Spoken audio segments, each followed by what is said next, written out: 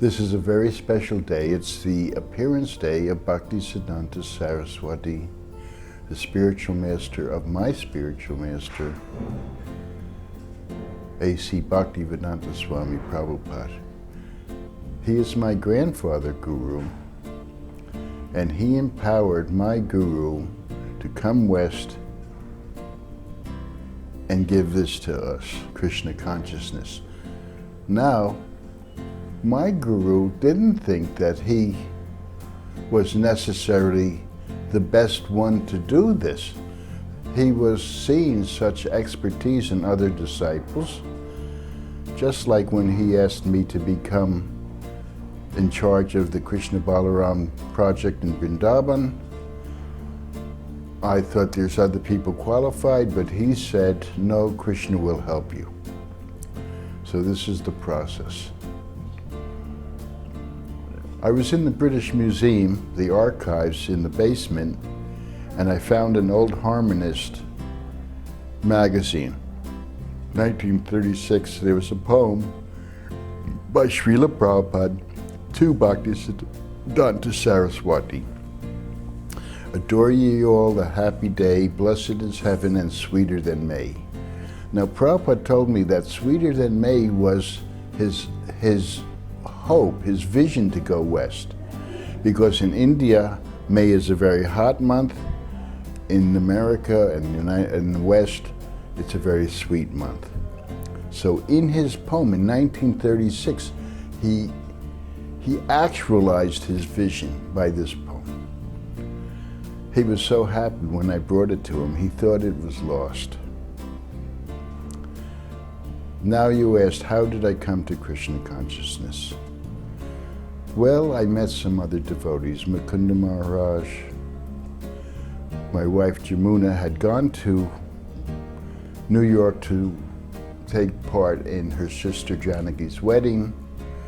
Swamiji said, it is the custom for the sister to cook for the wedding. So he was engaging her and us in Krishna consciousness. He did this so sweetly and so seamlessly because he himself was cooking. He himself was doing everything as he taught us. He taught us the cooking, he taught us the chanting, he taught us the philosophy, he taught us the Vedic system.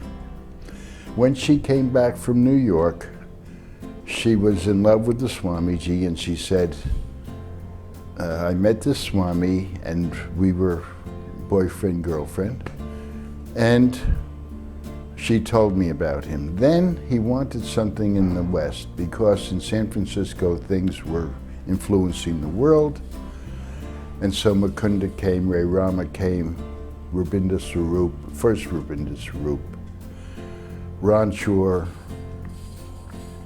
Purushottam, a few devotees came from New York, and so now we saw some devotees who had about 3 or 4 months more experience than us, and especially Mukunda. He was a Paka Sadhu as far as we were concerned, and we lived together, Mukunda, Janaki, Samashunda, Malati, the dog Ralph, and myself and Jamuna, and the dog Ketal.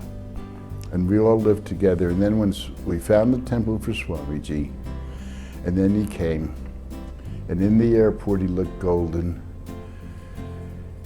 His eyes were in Vaikuntha.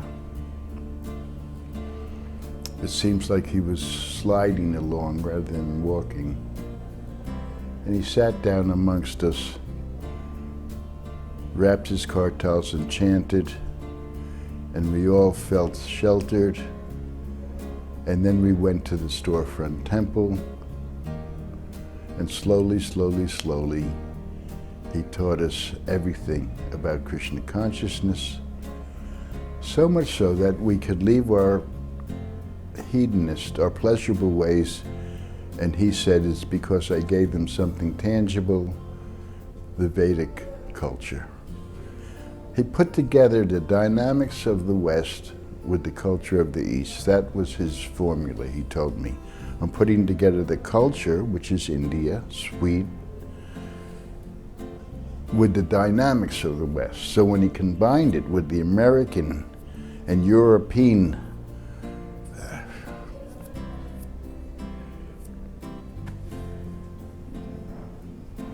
aggressive, dynamic ways, it was perfect. It was perfect. The dynamics of the West with the culture of the East took off.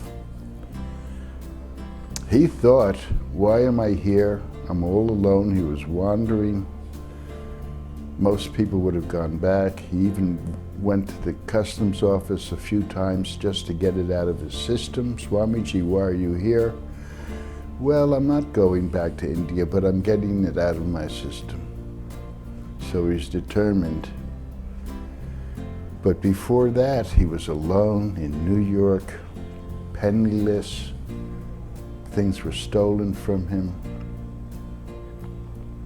He still went on. So, if we have a little challenge, we have an example of how to go on. Our challenge might be, oh, this Prabhu isn't being nice to me, and his challenge was the whole world wasn't being nice, and yet he went on. Soon Krishna sent him some young people like us. Then he taught us. I wasn't looking for such a disciplined thing, but he charmed me. So she went to New York. She was a very good cook, but we were still hippies, and so we were also very aware of the world. We weren't foolish as far as, it's called street smart. She was smart. So when she went there, Swamiji said it's the custom for the sister to cook for the wedding. Now she was a great cook. She was cooking. She touched herself. Oh, he said, oh, we don't, when we cook for Krishna, we don't touch any part of ourselves. Go wash your hands. So then about an hour later, she said, Swamiji, can I have a cigarette? She said, go wash your hands. Then she tasted, because most cooks taste when they cook. Oh, we don't cook. We don't taste when we cook for Krishna. Go wash your hands. Then he told her, go lie down in the other room. She was, what is this? Lying down in the other room. But soon she saw, because we had never been with people from India, their kindness, their sweetness, take rest after. So she was, what is this? But then the next day he was still so sweet and still so charming and like childlike that she said, no, he didn't have any ulterior motives. He really wanted me to just rest. Like, he's my father and I'm her daughter. I'm his daughter.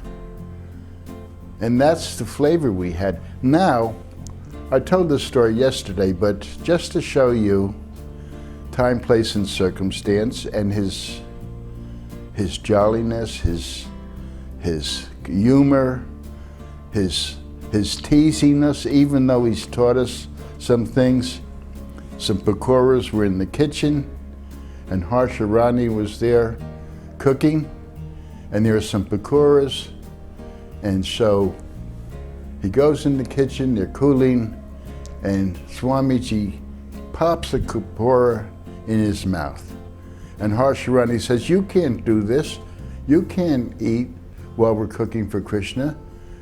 Swamiji's answer was he popped another pakora in his mouth. She said, you can't eat when we're cooking for Krishna. He said, who told you these rules? She said, you did. So he said, then I can break them. So he would, especially in the early days, he knew that if he gave us too much at a time, it would be difficult. He even told me later that if you say too much to somebody, they'll have indigestion of learning. Just enough. And so that's what he did. He said Krishna consciousness is not forced on anyone. He didn't force us. Now the standard is high, and we try to keep the standard. However, we're also children of Krishna, together trying the best we can, and if we're sincere, Krishna loves us.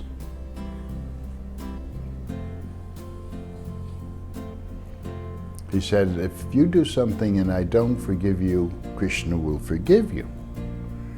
And if Krishna doesn't, Radharani will. So, Radharani is the soul of compassion. And that's why at this time in my life, I am concerned with caring for devotees. And as he cared for us, I am also caring for devotees. Everything. Krishna is all attractive, so there's this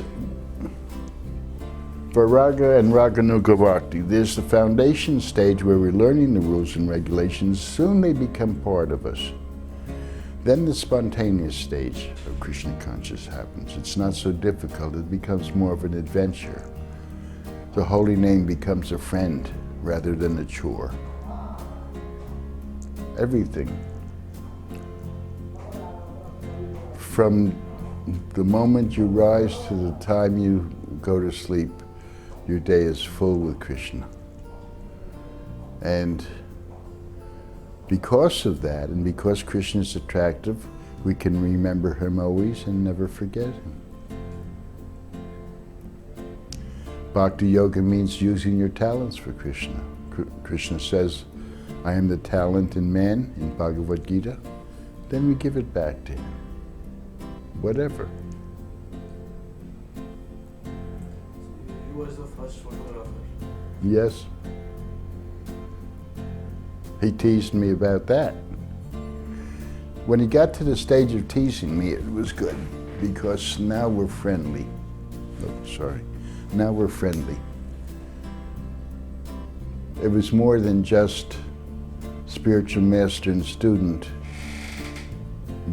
when he teased me. He said, why you were photographing me so much? There's a superstition in India that if you're photographed, it shortens someone's life. And I was photographing because his expressions were so full. Just like when the butterfly jumped on his finger and then he didn't make an expression. So I stopped photographing because he said it will shorten your life. He said, what do you think of that, Gurudas Ji? And I said, it's not how long we live, it's what we do with our life that's important. His expression changed. Oh, what a smart disciple I have. From teasing me to that. And so, yes, I did all the photographs, and he was so unself-conscious. He was so unself-conscious. No, I was already a photographer. Yeah, I learned how to develop in the dark room. Back then it was not digital. So I even got Tamal Krishna a job in a photo factory. Yeah, we worked in a photo factory. My job was developing. They would have film and there would be strips, and I had to read the negative density and push a button from 1 to 5. Tamal Krishna's job was opening up photo canisters and handing them to me. He didn't like it. So yes, Prabhupada gave us everything. And yes, I was the first photographer, first of a lot of things. So like Adidas, he's the candle that lit all the other candles. And we were able to carry this on by His grace. Thank you very much.